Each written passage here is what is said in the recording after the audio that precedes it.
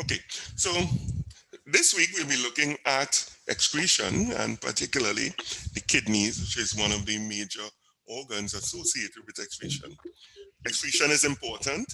What would happen if we didn't excrete our waste? What would happen? It will pile up and then we would die. It Build up would of pile up. toxins. Yeah. And as the name implies, toxins, right? Toxins you need to get rid of, right? And you need to remove them from the body. And if you're not, and they accumulate, well, you would ultimately die. Some of the toxins, if you notice your body, back to the original statement, your body is a machine, and never forget that. And it does need its time, of course, to heal itself. Some people forget that the body could heal itself. Even when we think of medicine, what medicine really does, the field of medicine, and more so if you look at Eastern traditional medicine, it helps your body to do its job, as opposed to the Western tradition of medicine, which is when you get sick, then you go to try to fix your body.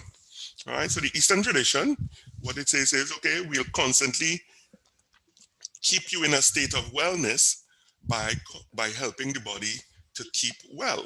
Whereas the Western medicine really looks at when you get sick, you go to the doctor and then we try to fix it. All right, so it's two different. One is preventative medicine, which is the Eastern tradition, and the other one is fixative medicine, right, which is more the Western tradition. So yes, your body has certain systems to break down toxins that is present within its structure, and notwithstanding the kidneys, you have most critically the liver. Right? Very good, especially for those of us who have the disease of alcoholism. Right? It breaks down the toxic waste, because you have to remember, what is alcohol? Alcohol is a waste product. It's a waste product that microorganisms give off when they break down sugars, very simply. Right? And what do? Well, we take it and we concentrate it and we put it in a clear bottle and we put a label on it and we drink it. Right? Or we put it in a darker bottle and call it reserve or what have you not, and we drink it as well. Now, have to remember it's a waste product. It's toxic. That's why it's toxic to our bodies. But fortunately, we have our liver, which helps because it could only do so much. All right. So as one of your colleagues mentioned there quite rightly, toxins, if accumulated in the body for extended periods of time, they will lead to death. So it's always important to clear them off. That's why we do have structures that help in that regard. So let's look at this. So based on that, question number 1, excretion rids the body of what? Yes, sir. What the answer would be there? Toxin. Right, toxins, right? No, question number, it doesn't have toxins here. No. So which one? But you're right. Toxins, it does rid the body of that. But based on Metabolic waste. you all seeing it? You all seeing the screen share? Yes, sir. Okay, right. So metabolic waste, cellular metabolic waste, yeah. Right. So it gets the excretion rids the body of these metabolic wastes. That is very important, right? Because if you do not get rid of them, they will accumulate in the body, and it could lead, in certain instances, in which you now be talking with the ancestors, right? Okay. Question number 2, organs of excretion. What are they? Is the skin an organ of excretion? Yes. Oh, you know, I didn't ask. Yes, sir. Who answered All of the above. Who answered question number 1? I didn't ask. Sasha. Sasha. All right. Very good. Thank you. Devika, too. Okay, hang on. Sasha. I'm not seeing a Sasha. Sasha? Devika. Matthew. Oh. Sasha Matthew. First name. Sacha. Oh, Matthew. Sacha with a T. Yeah, you're talking to me like Sacha. You're talking to me like a retard there. I'm retarded. No, Sacha. sir. Yeah, oh yes, you did. You No, sure did. You did. No, Yes. no, Sacha. sir. What I apologize. are you not hearing the words that are coming out of my mouth? I apologize. Right? Sacha. Right? Sacha. I was looking at, I was putting an S. So I was looking on the SAS. I have it in numeric alphabetic order. So I wasn't seeing the Sacha with a C. So that's why I was asking over and over. But you know, yeah, I didn't mean anything by that. So you always always remember that and always remember that fact that people don't necessarily mean anything when they repeat themselves. All right, so Miss Matthew, good. All right, To me too. who's that? Devika. Devika, yeah, Miss Raghunath, I had you done already. Good. So let's go to the next question. What are the organs of excretion? Is the skin, Skin. Kidneys, is the skin an organ? What does the skin excrete? What waste product? sweat, Sweat. Sweat. Sweat? Be a little Perspiration. more specific. What is in sweat? Salt. Salt. Salt. Salt. Be a little more specific. What's salt made out of? Sodium. Sodium and what? sodium, And what else? Water. Water. What else? So what is the ion? The main ion, salt. Salt of itself. When you look, is water of crystallization. Yes. Salt is made up of sodium and chloride ions, right? NaCl in terms of the construction. Now, sodium, both of them, they belong to a class of substances. Na has a positive charge, the chloride has a negative charge. In the body, substances that carry charges are known as what? Do we get Electrolyte. what you say? Electrolyte. I shall finish the question, and you had that one loaded in the barrel of the gun, and just pull the trigger. Okay, so who answered that one? Annalisa. One more time. Annalisa. Devika too. Annalisa. Oh, you know what? I have this one by surname. Annalita Fuentes. Don't forget Raghunath. Who else? Raghunath. Rika. Mm-hmm. Who Yes, else? sir. All right. So very importantly, yeah. I remove that. No. Oh, don't take it off. Okay. Okay. Yeah. Right, so sodium chloride, electrolytes, so you lose electrolytes through your sweat, which is why when you become dehydrated and you present at, let's say, at a facility, you will see it in your professional career, right? You present at casualty, you present at hospital. It's one of the first things they do when somebody comes in, their blood pressure is low, and let's say they're showing signs of dehydration, right? Drips. You know, it only have one type of drips, or it have different types of drips. Different types of drugs. Different types. Right, it had different types, right? And you, in your professional career, of course, yeah, don't make a mistake with them because different types, different things, right? You have ringer solution, yeah, but the one that is often used is what? A sodium chloride drip, 0.9% sodium chloride. That is a normal, quote unquote, normal saline drip that you see, you know, sometimes you see it in a plastic. It used to come in glass bottles, but now they come in this bag. This is probably the most familiar way you'll see it. You know, these clear plastic bags, right? And that is the reason why you have to get that sodium chloride back in you because they are electrolytes. And what are electrolytes? They carry charges in your body. What organ system is most dependent on electrolytes for its function? Which organ system? Your brain. That's not an organ system, but you're very close. What organ system does the brain belong Nervous. to? Thank you Nervous very much. system. Who answered nervous there? Annalisa. Sacha, is Matthew going? And who said brain? Devika. Devika and Annalisa. All right. Let me see if I can change this to put it. Let's do this now. No, That's it, sir. roster. Change the first name, last name. Students. Okay. I just don't know. Oh yes, I could. First name. Hey, brilliant. Okay, great. Right. Okay, I changed it around with first name, so it makes it a lot easier to access the information. Right. So who else? Who else it was? Devika. Devika. I got Devika. Who else? Annalisa. Annalisa. And who else? That was it. Sacha. Sacha. Oh, Yeah, Haggard Sacha.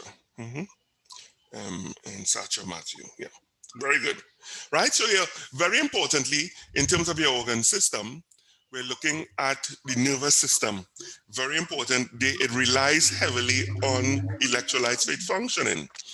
If you were to throw back your mind to SNF1, you might recall that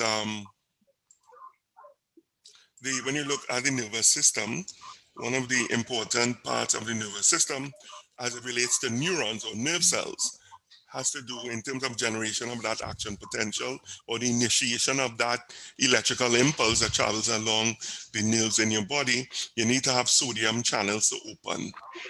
Right? And when the sodium channels open, sodium rushes in, you have depolarization. And when the depolarization occurs, then you have the movement of the charge from one nerve cell to another. And that's how it actually moves along the nerves in your body itself. So therefore, for the proper functioning of the nervous system, it's critical that you do have the electrolytes. When you're dehydrated, you lose a lot of electrolytes through your sweat and also through your urine.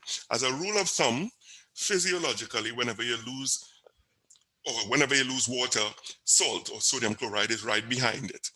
Right, so that's just a rule of thumb. Whenever you lose water, you don't just lose water in your body, but you always lose salt with the water. That's just how it works, right? Which is why when you think about urine is actually, well, you can take my word for it, or once it's clean, if you're curious, you can taste it, but urine is salty because of the fact you're losing water, but salt also follows. Granted, you do have regulation of salt, sodium, and chloride at the level of the kidney, but you also do lose some through your urine itself. So which is why in terms of rehydration doesn't only involve putting back in water, but most critically is that salt. And that is why when you look at drips, you see that 0.9%. You want to get back in that salt because it is very important, not only for maintenance of the interstitial fluid, as you would see, in your professional career, but more so for the proper functioning of your nervous system. Okay, let's go forward. So the skin is a lung and organ of excretion. Let me ask. Yeah. Let me ask people now. Jamie, is a lung an organ of excretion? yes, sir. What does it excrete? CO2? Yeah, very good. All right, you got a point for that. Very good, Jamie. Right, so that's what it does. It secretes CO2. The liver, what about the liver? Is the liver an organ of excretion? Yes, sir. What does it excrete? Bile? Bile? Bile emulsifies, it's Fat. associated to emulsify Emulsification of fats. fat. Yeah, and let me ask, we mentioned it already, but let me see if I could revisit it. Why is it that when you're looking at fats, why is it that fats generally, in terms of after digestion, they travel through the lymphatic as opposed to traveling through the blood system? Capillaries, let's say. Why do they prefer to go through the, the lacteals, which is the lymphatic, as opposed to going through capillaries? For a very simple reason. One word. Well, yeah, you say they're looking for size. Thank you. Yeah, size, because they're big, right? When you look at fat molecules, they're big. Capillaries are really small. Remember, they're 0.1 micrometer in diameter. So preferably they go through the lacteals or the lymphatic because it's wider or it's bigger because of the size. All right, so that's liver. What about kidneys? What is the kidney? What do the kidneys urea, or ultimately ... The main waste product of the kidney is ultimately ... urine, right? Urine. Which we'll look at today, right? Which is in, it's in the lecture. So you all do have a look at it, but the kidneys give off urine. So therefore, the organs of excretion are all of the above in this case. Yeah, all of them. Yeah. Okay, let me ask a question, a directed question, Miss Griffith. Excretion refers to the elimination of feces from the body. Is that true or false? So you'll have to refer to the chat for her answer. I remember she don't work. Oh, no, actually, I didn't remember, but glad it did. She put her, so she has false. False. False, yeah, and that is true. All right, so Tell us you'll get points for that one. Very good. Okay. Very good. Right? And why is that false? Let me see. Ngozi, why is that false? You know, it says excretion refers to the elimination of feces from the body. Could you have Not only, excretion? so not only excretion takes place in the body, it have other things that happen in the body. So excretion refers to just one part of it. Correct. Well said. Who's that who answered that, boy? If you could give my first name. Your first name, Vika. Devika. Vika. Devika. Yeah, boy, what you're saying, you said that you phrased it very well. Because there are other things that, you know, I explicitly mentioned it before, you know, in the previous question, you know, other waste products. So they say exclusively, that is only feces. That is not true. All right. All right. Question 4, we ought to know that. That's beyond the scope of the class. In humans, the liver, what is it?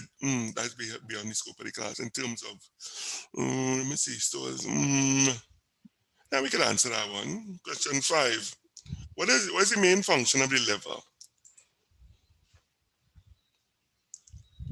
Does it regulate body temperature? No. No. Does it remove carbon dioxide? No. Does it No. lungs? Does it store creatine? Catinine. Phosphide. Yeah. It stores creatine? Yeah, Yes, we'll sir. come to that. All right. So just mull over 5. Just give me 1 second. I'm coming.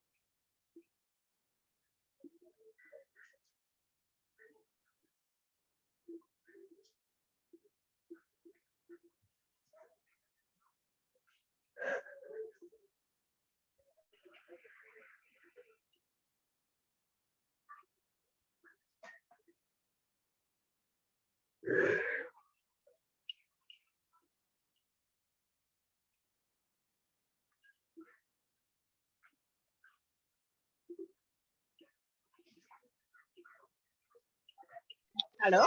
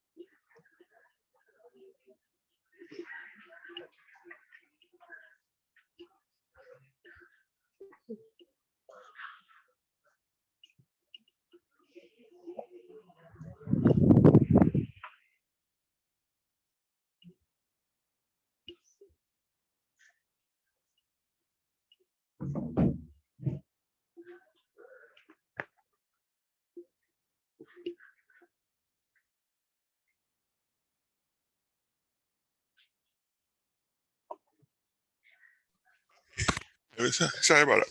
So back on track, right?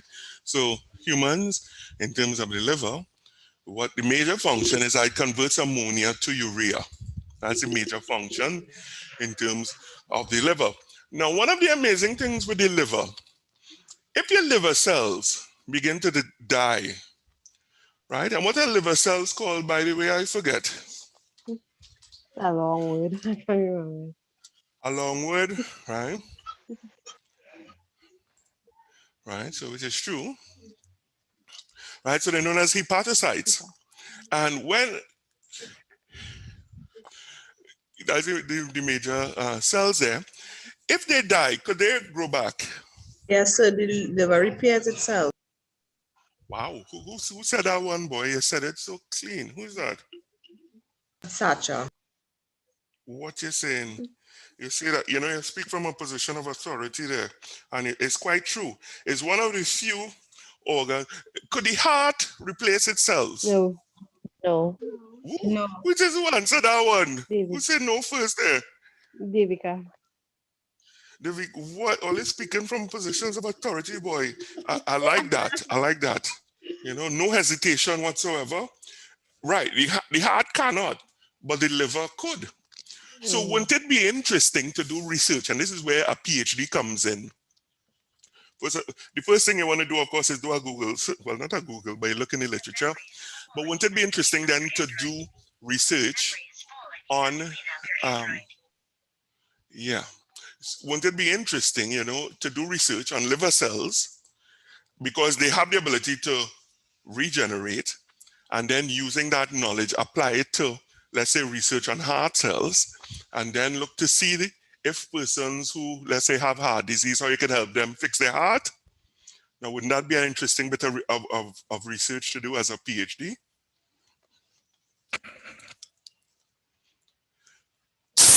Yeah? Because, yeah, it surely will. But I could tell, you know, not everybody shares my enthusiasm as relates to that, so I wouldn't dwell on the topic. But that is most definitely one of the useful things in terms of the liver has that ability to regenerate, whereas the heart does not. So applying, if you understand how the liver does it, let's say maybe there are certain proteins or certain genes which are turned on in hepatocytes that are not turned on in the cardiac cells. So therefore, if you could find that gene, let's say that is present in, because you have to remember in terms of the DNA, all the cells do have them, but it's all about the expression, which genes are turned on that determines what type of cell. So cardiac cell, there's a particular gene that is turned on in liver cells, and you can actually find it. And not only find it, but identify it. Now you could do some type of genetic manipulation to see how you could turn it on in heart cells and see if they would regenerate. That'd be rather interesting. All right, so liver could regenerate, heart cannot. And so the interesting things with it, as I like to point out with your liver, I gave this example already to you. You know, there was this footballer, George Best. Right? I don't know if you all remember the story with him. I mentioned it to you all. Excellent footballer, right? He played for Manchester United. All right, a very good footballer, but he just had, you know, with some persons they have a flaw. Yeah. Right? And his flaw was he just had a bit of an issue with drink. Right? And long story short, he had liver replacement surgery. They told him that, hey, you have to cut down on the drink. And he still continued drinking and eventually died from liver failure. He had a transplant, right? But he still kept drinking. So which is why I tell you, alcoholism is really a disease. And it's very important that, you know, if you happen to know persons who are alcoholics, you know, is to treat them kindly, because sometimes they just cannot help it, right? In terms of their behavior, in terms of what they do, it's something that is at the level of the genes, right? It's genetically, some people are just genetically predisposed to drink a lot. It might sound, you know, it might sound strange, but it is true, right? So those persons who have that weakness, you know, you always try to be kind towards them. It's difficult, but you know, you give it your best shot, all right? Okay. But George Best, yeah, very interesting story. When you have the chance, you know, do have it. Do have a look at it. But he was a phenomenal footballer. But he used to, you know, live life hard. He lived hard in terms of partying, wine, woman, and song, as it were, right? And his liver gave out ultimately. Okay, let's go to the next one. What is produced by the liver by what is produced by the liver by a complicated series of reactions? Let's have a look at that one. Which one is that? Urea. Yes, and it's related. Yes, very good. Who answered that one? Annalisa. Annalisa. Again, Annalisa. Again, Swinella. Yes. Marsha. Yes. Renisha. Renisha with an R. Marsha with an M.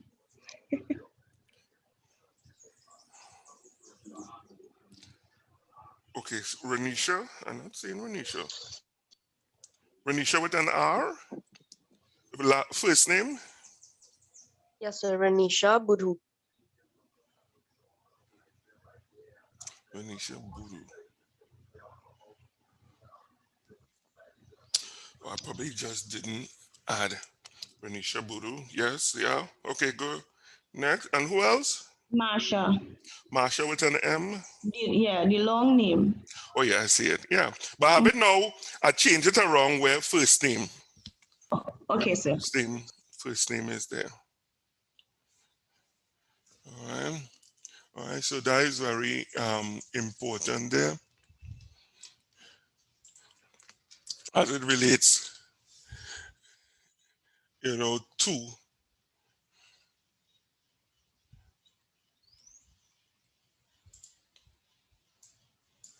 the functioning, the products of the liver in terms of producing urea. All right, that is very important. Okay, let's have another one. All right, I just want you to think on it 1 minute. Question number 9. Think about it. I'll give you 60 seconds and then I'll revisit it. All right, 60 seconds. Think about it, 60 seconds.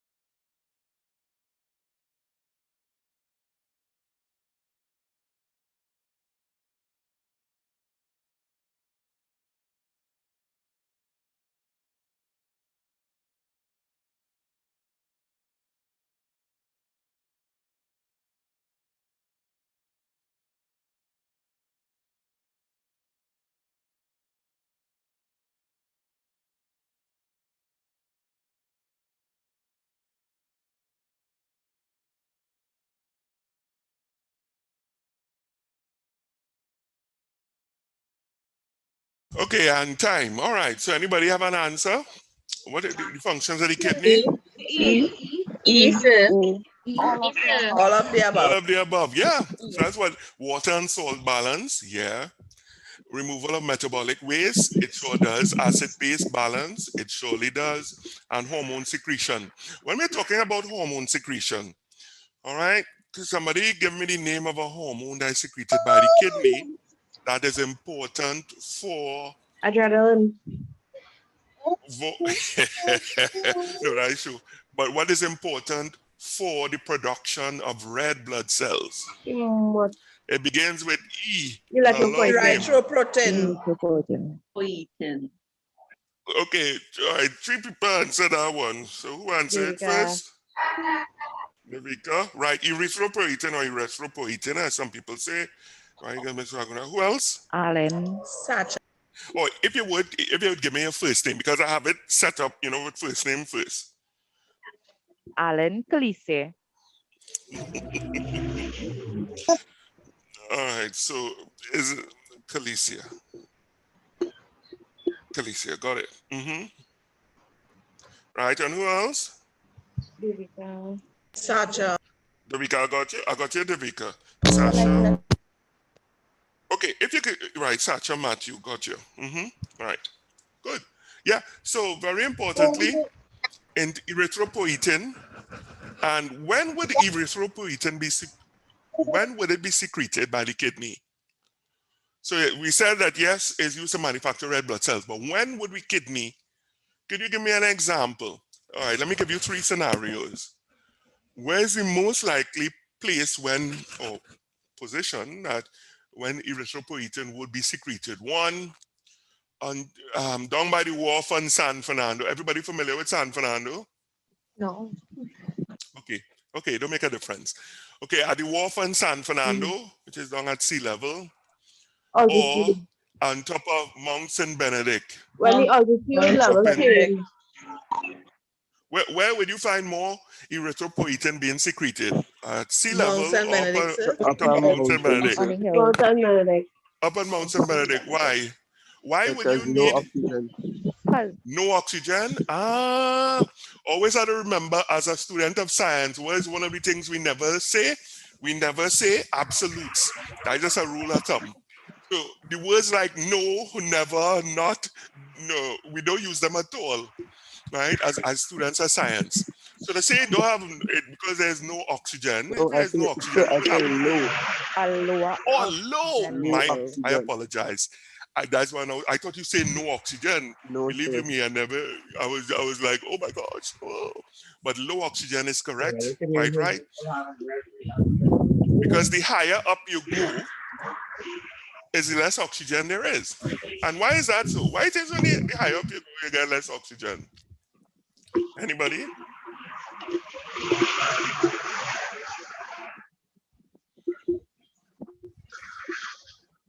Why does when we go up, you get less oxygen?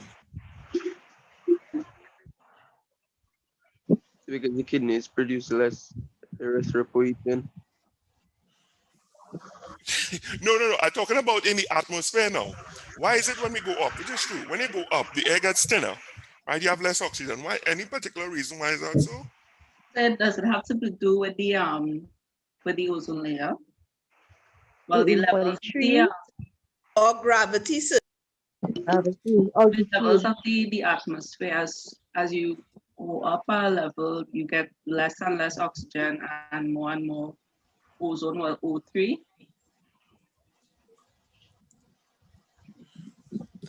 Right, as you go up, all right? Decreased air pressure. Thank you. Yeah, it has to do with the pressure. Now, remember, what you were saying is true. It has to do with ozone, but the ozone is directly related to the fact that as you get higher, the pressure actually gets less, decreases. As you go down, the pressure is greater, like close to sea level, because of the fact you have all the weight of everything else above it. So think about it. It comes like, let's say, I don't know if they do it anymore for sports.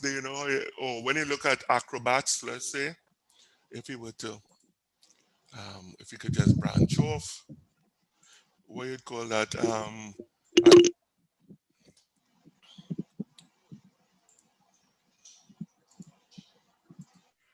Let me see.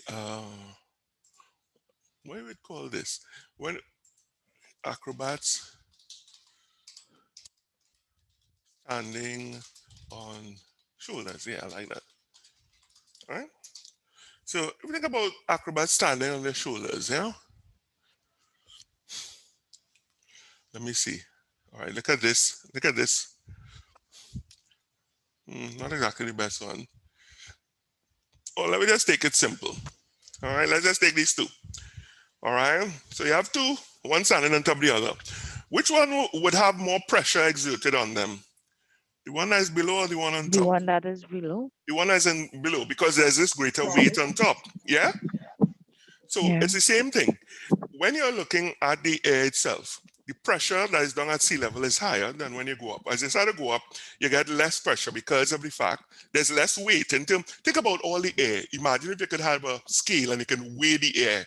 So as you go up, right, you have less and less air. Remember, our Earth is spherical, but as you go up, and there is a limit to the amount of air because it's bounded by be it the ozone layer or what have you not. So there's a fixed amount.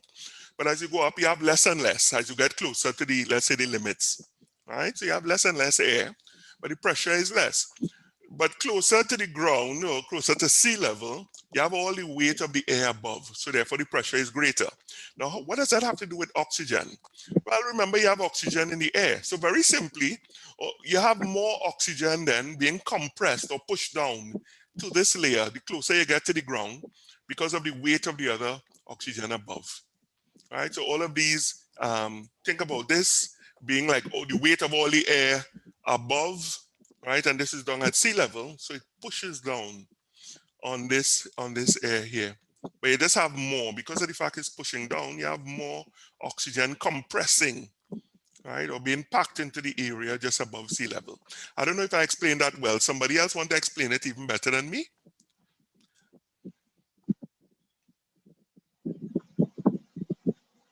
Okay, I guess I did, right? So just to keep that in mind, you know, the weight of the air above pushes down on the air below, so it compresses it. So therefore you have more oxygen. Because of the fact you're compressing it into a smaller area, you have more oxygen available closer to the ground. But as you go up, you have less and less weight as you go up. So up here, way up here, it doesn't have much, it doesn't have anything really above it to push down. So therefore you have less oxygen up here. Whereas down here, all of this weight is pushing down, so it compresses the oxygen, and therefore you have more oxygen available down here, which is why at sea level, not an issue, but as you start to go up, you then have less and less oxygen. And the main determining factor is really pressure, right? The pressure or the force of the molecules of air above it pushing down, right? As you go up, you have less and less force, so therefore you have less and less oxygen. They can move around. Right, think about it, you know, think about a carnival, you know, fete, let's say you're on the road, and let's say you're playing mass, you know, everybody jam pack, right, so you can hardly move, as opposed to, let's say now when you go outside on COVID, you could walk down the middle of the street, because it just doesn't have anything around you, right? So that's the major reason why there's more oxygen, and which is why as you go up, so at Mount St. Benedict, which is higher, yes, you would have more erythropoietin being secreted, because the body, you have less oxygen, so therefore the body needs to produce more red blood cells to take up as much oxygen as possible. So therefore it secretes erythropoietin to make more red blood cells. Okay, we good? Yes, sir. Okay, great. Let's go on.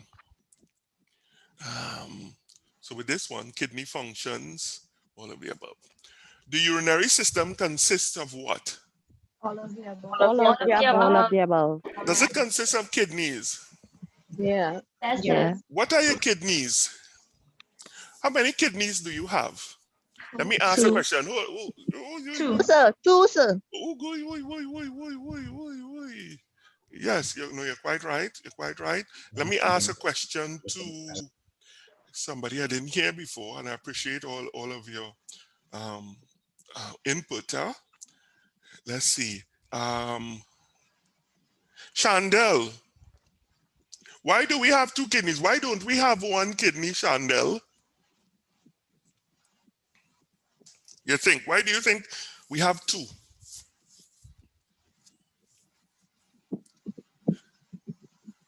Chandel probably went for some tea. Went off to have a bit of tea, so I'm mad at her. Let's get somebody else. Tahira. Let me see if Tahira there. Maybe Tahira went for a cup of tea as well. Tahira, why do we have two? Why not just one kidney?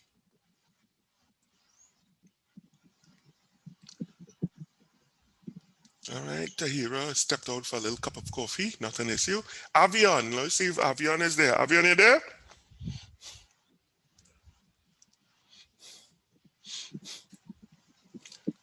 Avion stepped out for a cup of coffee as well. All right, it's a cold morning, so people are going out for coffee. Amy, why does we have two kidneys? I'm not completely sure. Let me hear you. Give me your thoughts. It might be for balance. For balance. Put a little gravy on that rice. That rice looking white. Throw a little gravy on it for me. Because I know you can survive with having one kidney. There you go. Right. You said a mouthful right there. Thank you very much. So I understand what you mean now by balance. Yeah. So yes, you could survive. Very importantly, you could survive with one. So therefore, the fact that you have two, what does that say? Thank you, Amy. Let's go to somebody else. Avion's iPhone. So then, based on what Amy just said, why does we have two? Give me one word. It begins with B. And it's another word for reverse. So balance. So there's another word for reverse. It'll be back. Backward. Backwards. Backward. No, if when you say something, you know, you're reversing. Beep, beep, beep. Back. What are you doing? You're going backwards. Yeah. Okay, I was looking for backup. I was looking for backup, right? And I'll But say back up first. oh, you did. So I don't know. Maybe I need to clean out. I kid you. I say this not to just. I need to clean out my ass, right? I'm not hearing well this morning. You know, I hearing C when I hearing S. I hearing no when I hearing low and all kind of thing. Yeah, but backup is important, and you see this concept of backup is repeated in the body itself. So we mentioned hepatocytes or the cells of the liver. In terms of backup, they could regenerate, but also all of the hepatocytes, they do the same thing. So therefore, if it is you do lose a portion of your liver, sorry, to cirrhosis, all right, let's say from excessive amounts of alcohol consumption, your liver could still function up until about 40%, until about 40%, 40 to 45% of it is left. So you could lose, imagine you could lose half your liver and it will still work because of the fact you have this backup. All of the cells back up one another. They do the same thing. And that concept is that there's a bigger word for it. It begins with R, a long word. When everybody is doing the same thing, you are, sometimes they use it in human resources, a term. Repeating. Yes, it's another word for repeating. If we don't get a better word, we'll take that. It's a bigger word. Reoccurring. Reoccurring. Yes, yes. But something, it has a D in it. Redundant. What? Ooh la la, Mama Mia. Yes, who said that one? Annalisa. Annalisa. You hit the nail on the head. Now, everybody else, and I would take those who answered as well before. Who else answered? The male voice. So Khalil, sir. Khalil, yeah, very good, Khalil. And I'll also give you big up for the Mount St. Benedict as well, yes. And somebody else answered as well. Amy. Amy, that was very good, Amy, yes. Right, so redundancy, you would hear that the kidney, the liver, the hepatocytes, all of them do the same thing. And that one of the important things about that is that if some of them don't work, not an issue, somebody else could just take over, right? It comes like, think about it, if everybody is doing the same thing, it's not a problem. Let's say you have a factory and the only thing you're making is what? You put in one hole in a piece of cloth. If everybody know how to do it, it's not a problem.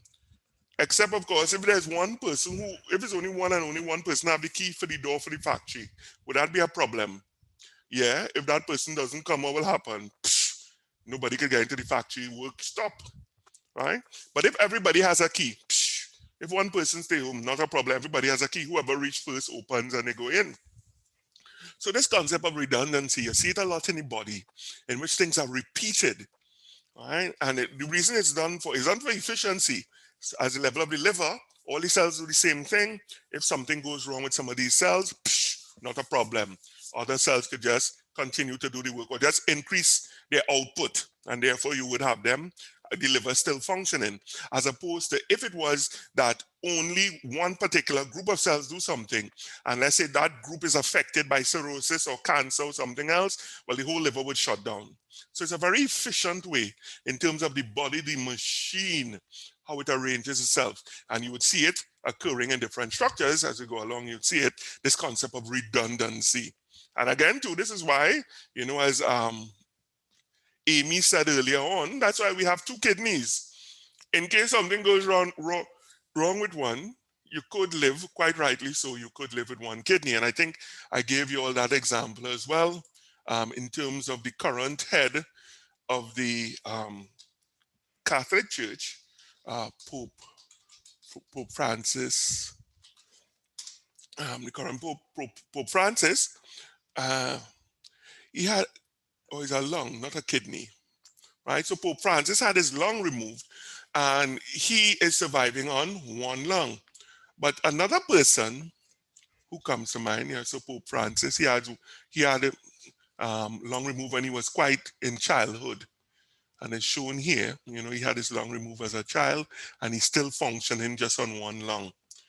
But in terms of your kidney, in terms of kidney replacement surgery, who comes to mind?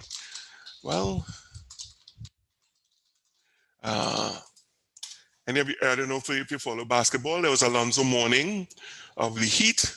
He was a basketball player, had kidney issues, and they actually gave kidney replacement surgery to him.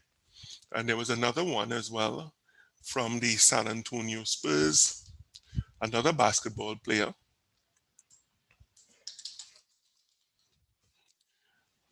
Right? Who had a kidney transplant as well. Sean Elliott. Right? So Sean Elliott, out of Arizona State University, he had kidney transplant. And when they do kidney transplant, anybody knows how do they do it? They take out one kidney and they put in the other one? Anybody? When you get, so if you do get somebody who's a match, You have to get a match. A match. you have to get a match, yeah. But interestingly, what they do, they don't take out the kidney. What they do, they transplant the kidney distally at some other location. Now, why do you think they don't take out the kidney?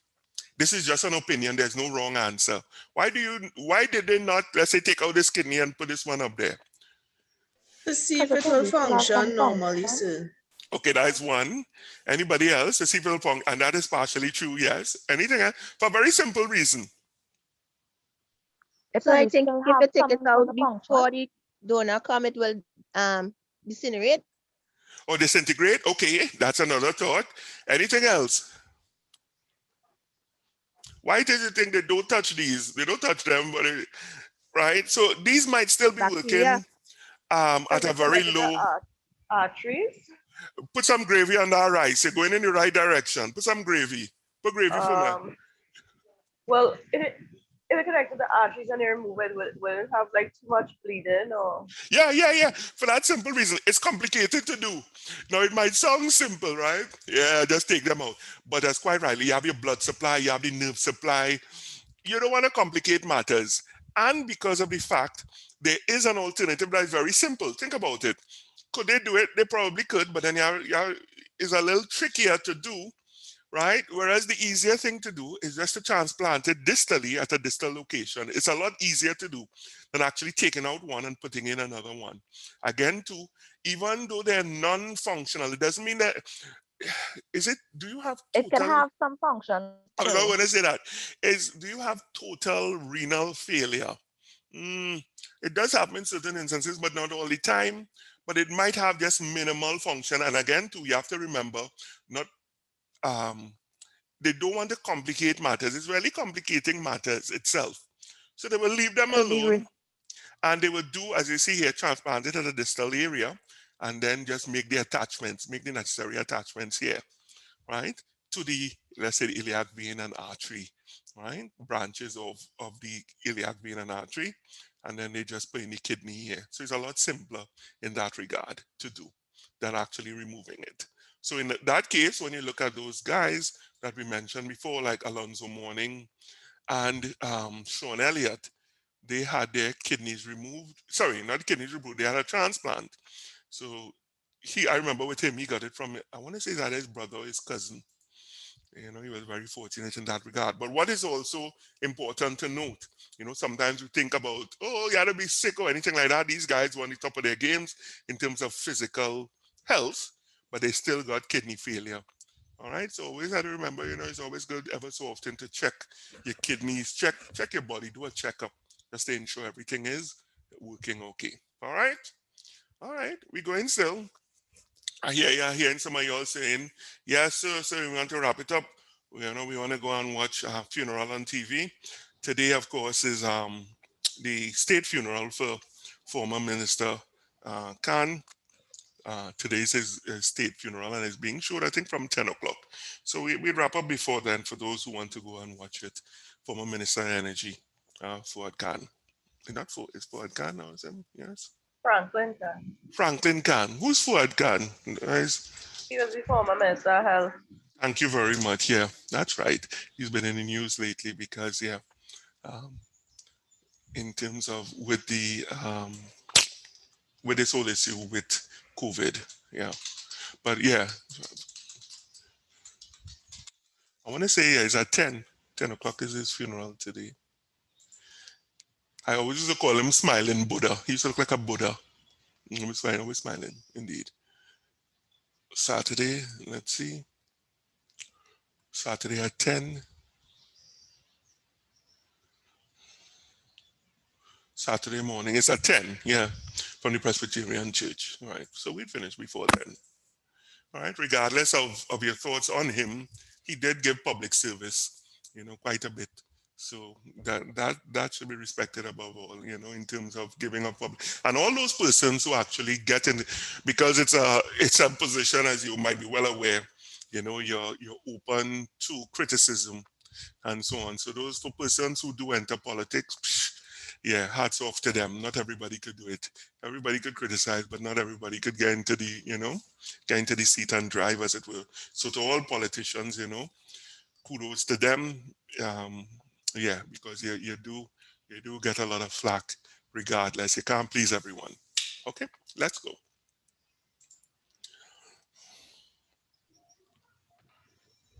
All right, we're almost there. So the urinary system consists of kidneys, ureters, and the bladder. Now, interestingly, when we look at the kidneys, right, the kidneys, let's have a look at them. You have two kidneys, as we mentioned, and from the kidneys, what structure comes from the kidneys, the ureter or the urethra? What empties into the bladder, ureter or the urethra? The urethra. Which one empties into the bladder, the ureter or the urethra?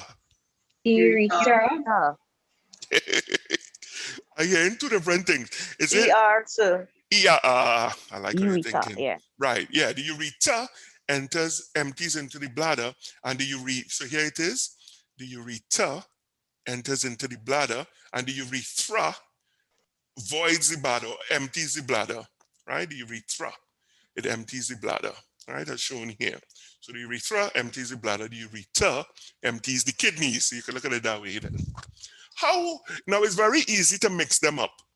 Could you think of a way in which we will not mix it up? Anybody? Let me hear you. Let me give you 10. Think about it first. I'll give you 20 seconds. Think of a way how you'd remember that the ureter empties the kidneys and the urethra empties the bladder. 20 seconds, and then I'll come back to you. Let me see who can come up with the best idea. Is there's bonus points? You're getting double. Okay. And like as I say, I have to figure out a way how these, responses, I'm recording it all the time. Somehow that I will factor that into your grade somehow to help you out. All right, either or wrongs, I'll figure it out how to use this, because I'm quite pleased with your responses and so on. So this is double. You could double your points, you'll get double marks. So it's 2. If you can think about really example. Okay, time up. Anybody? How a way to remember? Okay, who's this one? There's Calicia. Go ahead. Yeah, you have 2 kidneys, 2 ureter. This will be coming down twice, and then 1 bladder, urethra, 1, I guess. Yeah, I like it. Right, so that's how you remember it, and I am mad at you. 2 points. Good. Anybody else? How you'd remember that this is the ureter and this one is the urethra? Anybody else? The ERs, the ER, urethra has ER and bladder has ER. So coming from top to bottom, the urethra goes from the I hear you, Annalisa. bladder, Right. and then the urethra are sphincter. That's how I remember. Sphincter and urethra. I will just remember vagina and then urethra. Urethra, they sound alike, vagina and urethra. Yeah. They have the same song. Who is that one? That is Jamie. Jamie. Double points. I like it. The main thing is you have to, once you remember it, that is the main thing. Anybody else? How you'd remember them? That this one is the urethra. Sir Griffith gave her explanation in the chat. Okay, Griffith. Okay. And I'm sure it's good. Let me look at the chat. So I just remember that for women, the urethra is closer to vagina. It's closer. And who is that one? It's closer to the vagina. Yes, who is that one? Amy. All right. So that is 2 there. Good. So you could simply say the ureter above and the urethra below. Urethra above. Who's that one? Calicia? Yeah, but Double already point. answered. All right. Oh yeah, you got a point. Good. Anybody else? Who it is, Miss Griffith? Lutrick? Okay, good. I say it, Miss Griffith. Well done. Your input is noted. Right. Anybody else? How you remember it?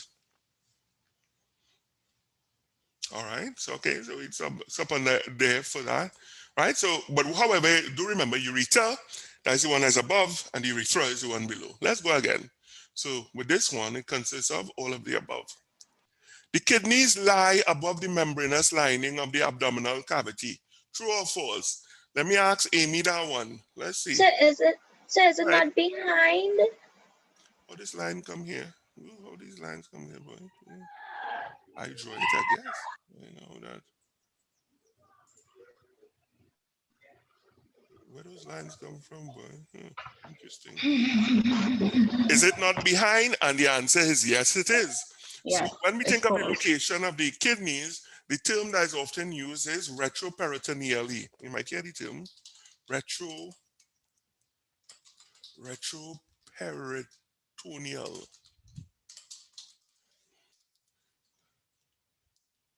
Right?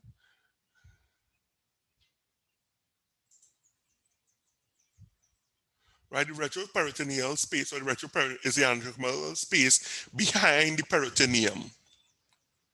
Hence the reason they call it retroperitoneum, right? So if you were to look here, this is the anterior perineal space, right? Retroperitoneal. Right, so retroperitoneal referring to the back, right? There's the vertebra here. So this is the retroperitoneal space is closer to the back. This is the liver in the back here, big structure, right? So the kidneys are located retroperitoneally towards the back. So it's closer to the back than it is to the front. So here it is the retroperitoneal space, right? And that is where you'd find your kidneys. Very importantly, they're more to the back.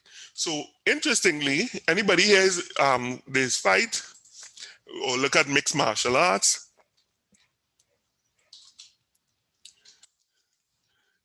Anybody here? No, nobody here has looked at mixed martial arts.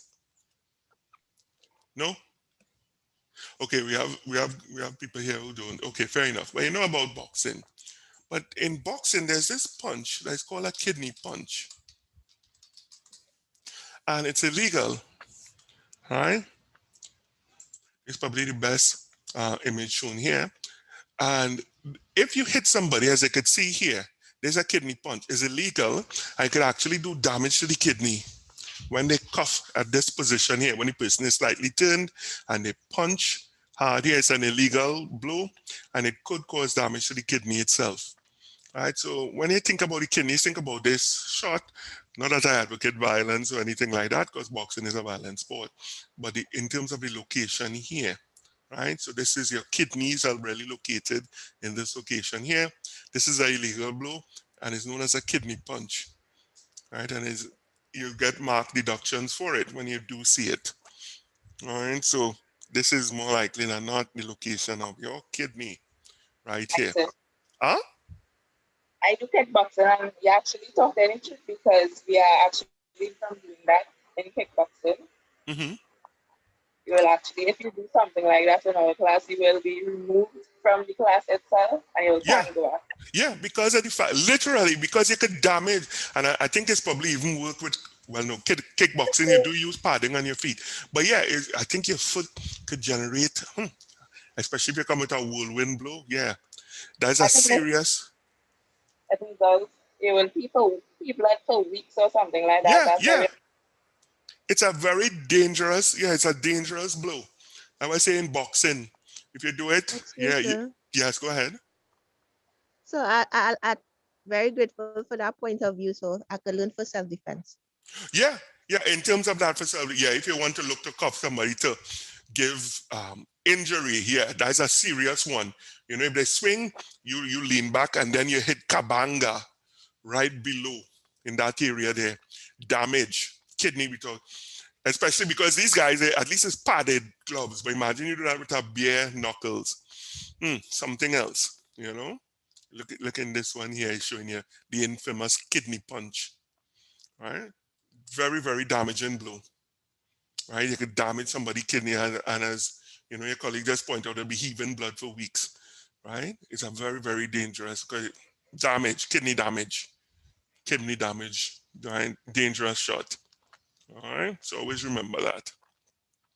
And by the same token, if you're a bad John and you're going in a fight, try not to expose your back, right? Because you don't want somebody to cuff you there, all right? So for those of us who was in the grocery fighting for toilet paper, right, you don't expose your back. Always remember that one. Let's go.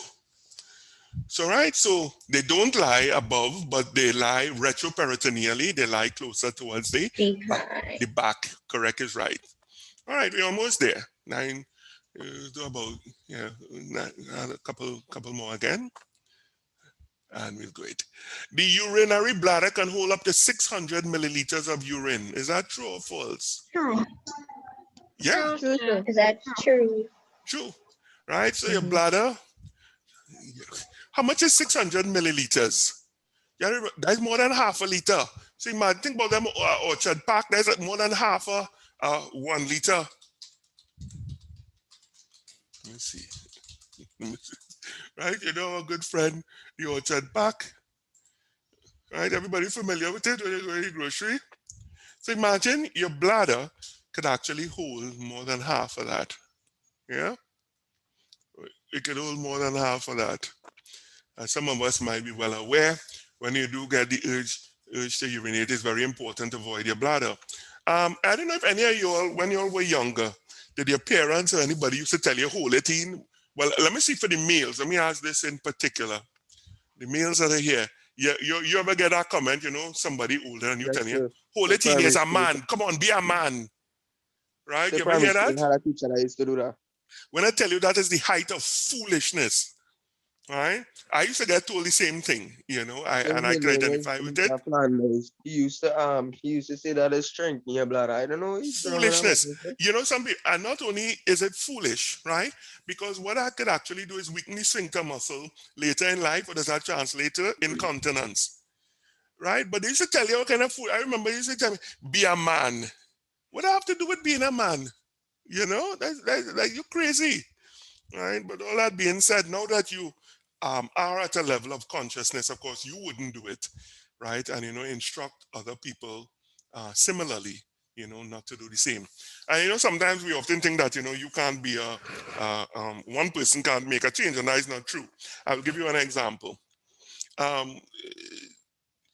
When you were smaller, you're in our kindergarten, you used to make these mosaic, you know, with pictures from, you used to make these things, you know, the pictures, you all used to use seeds and make a picture,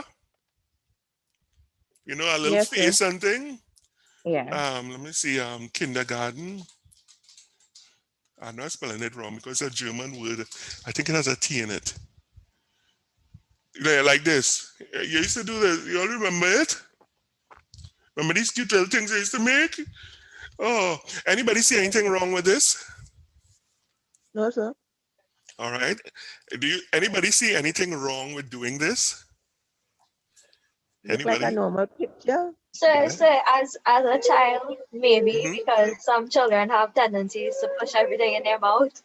Okay, that is true. Yes, push it in the mouth or their nose, right? Anybody see anything else wrong with this? Let's say you as a teacher, you know, you're doing this. Anybody see anything wrong?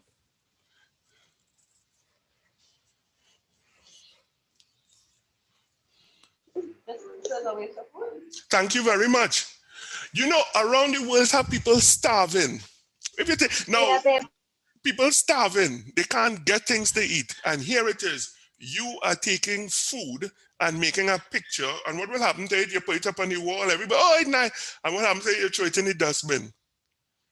Now, isn't that no, I'm not mad at you all because I never thought about it. This was brought to my attention when I was in secondary. I always remember it, my art teacher telling me about that, you know, and told the whole class, you know, and said that's a great waste of, and to this day I still remember it, and I pass it on then, to anybody. I mean, it's a waste. And I never thought about it, but it's a waste of food. It's a great waste of food.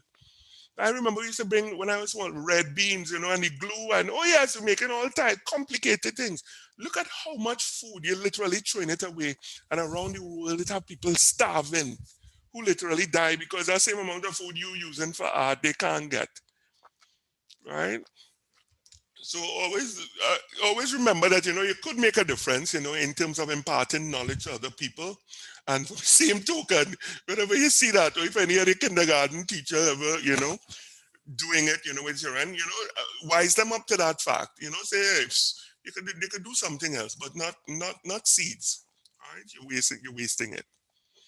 All right, let's go forward. Now is just something I always remember, and I remember it to this day, and it's a hot second since I've been in secondary school. Let's go forward. All right, so the bladder can hold up to half a liter of urine. Do remember that? It's quite a bit. Sometimes what happens, when you think about it, you could get either kidney stone,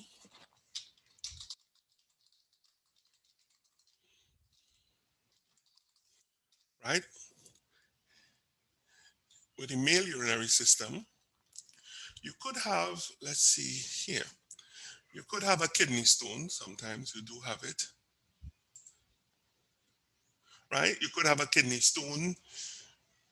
Come on, clear up.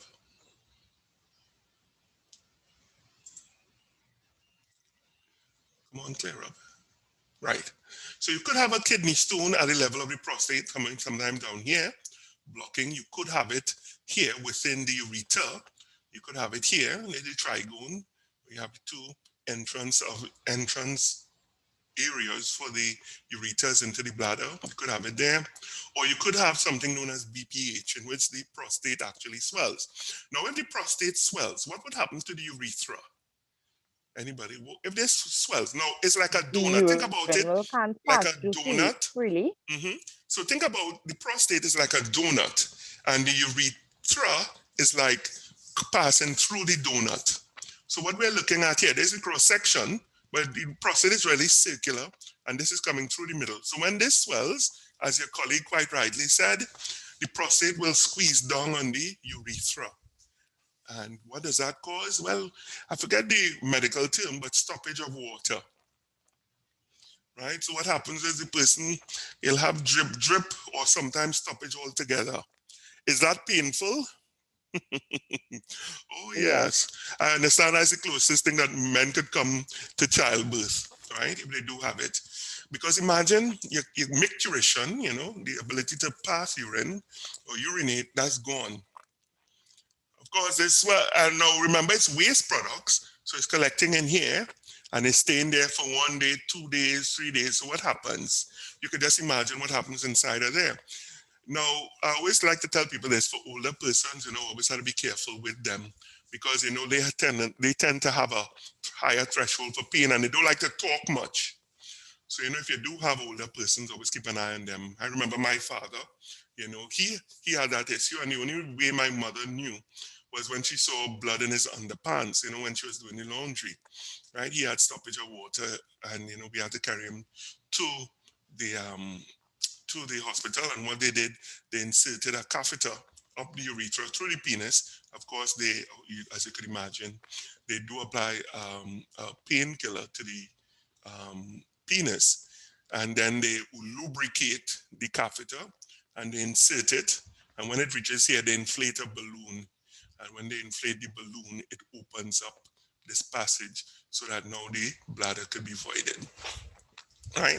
So always remember, for the older ones, if you see, they're not quite themselves, or, you see them wincing in pain, and when they say, what wrong? Nothing, it could be that issue in terms of that stoppage of water.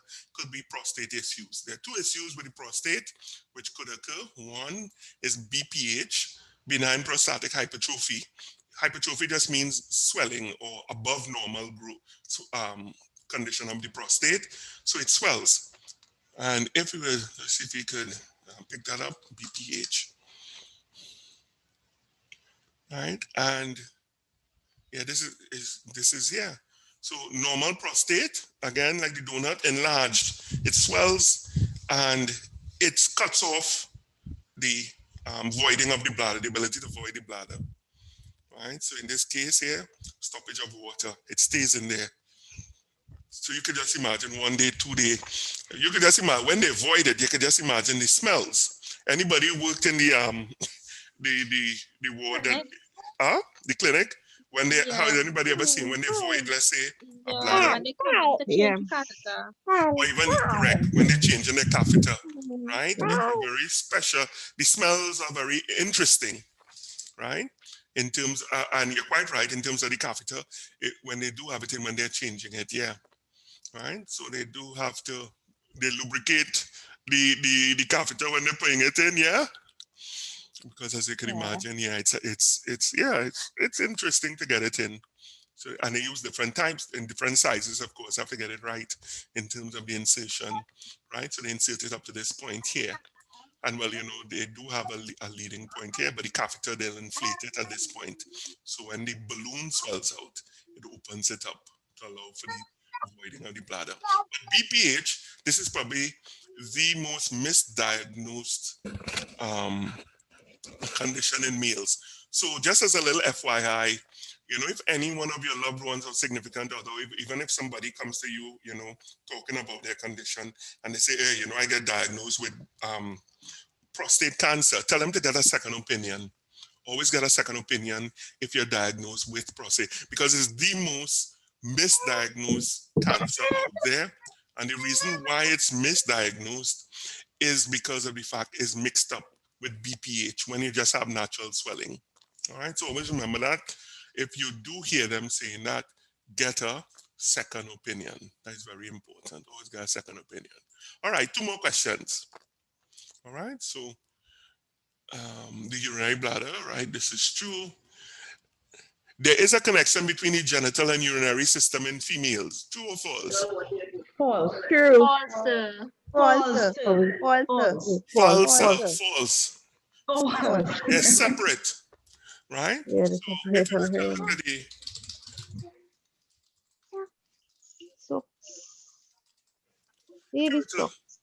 if you were to look at it, right? The male and female, there's with the male, it is shared. Yeah, so and we look at this more when we're looking at the reproductive system, which is we begin that next week. Right? So this is the bladder here. Right? You have the vas deferens. With the male, it overlaps. I wonder if we could get bigger.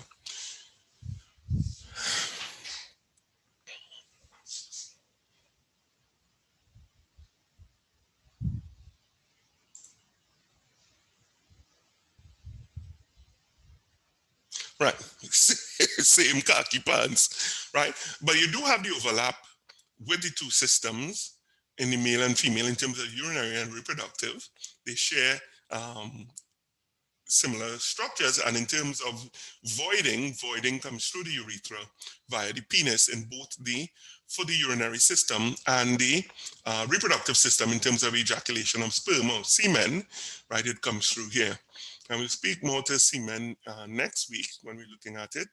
Very importantly, the vaginal area, the vagina, is acidic. And that, of course, has to do with, because of its proximity to both the urethra and the anus. So it's a harsh environment to prevent bacterial infection, urinary tract infections, right?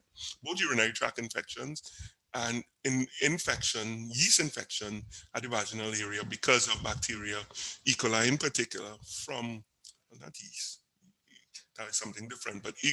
coli is a bacteria. But for infections, that's the reason why it's acidic, the vagina.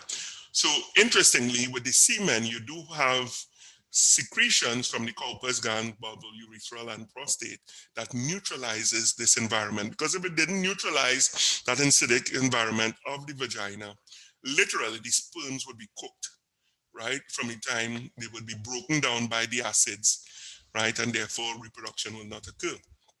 So you have to have neutralization occurring for that process to be facilitated. We'll speak more to that next week.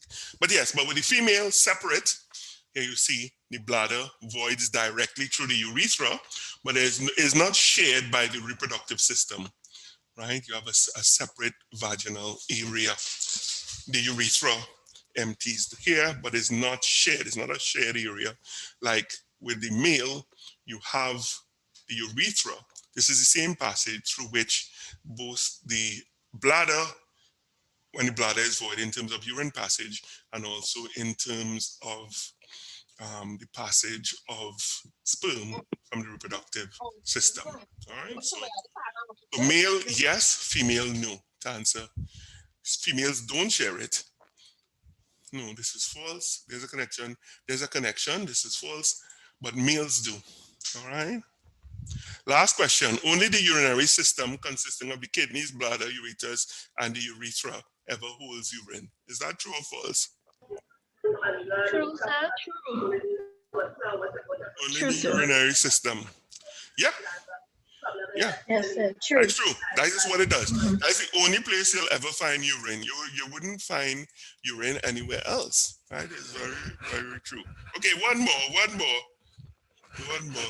Let's go down.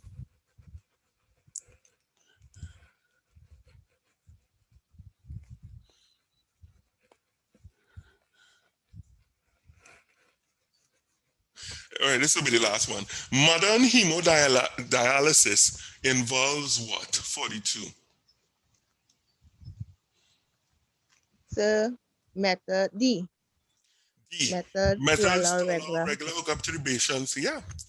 Anybody has ever seen or knows of anybody who, let me say, or been with somebody, let's say a dialysis Yes, sir. through the process? So what do? You want to talk us through what happens? So they have a catheter attached to the person, which they I think is the arteries to the kidney. They put it onto the machine, and the machine circulates and filters the blood coming out and pump it back into the patient. How long does it take, the process?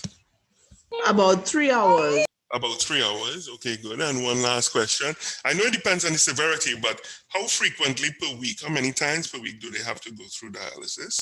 3 days.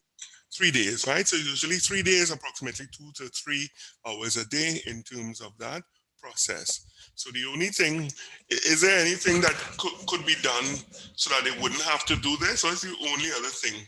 Other than, let's say, if it reaches the condition in where your kidneys are failing and you have to undergo dialysis, what is the only other option? There's one other option, and we looked at it today. Transplant. Transplant, thank you very much. Yeah, to get a transplant, that's the only other option. That's why it's always a good idea to live good with your family, them, right? Your brother, your cousin, your sister, your mother, your auntie, and so on. Because you can never tell, if it is that, you'll need a kidney from them, in terms of that. But, I've known some people who have done it. A friend of mine, I find it absolutely incredible. Right? She gave a kidney to one of her friends. That is something. Right? And to me, that is really something, to actually give it, but yeah, they sure did. She gave, that is a real friend for you there, boy. That's a friend for life in terms of that. Okay. All right. So let me stop the recording. Excuse, sir.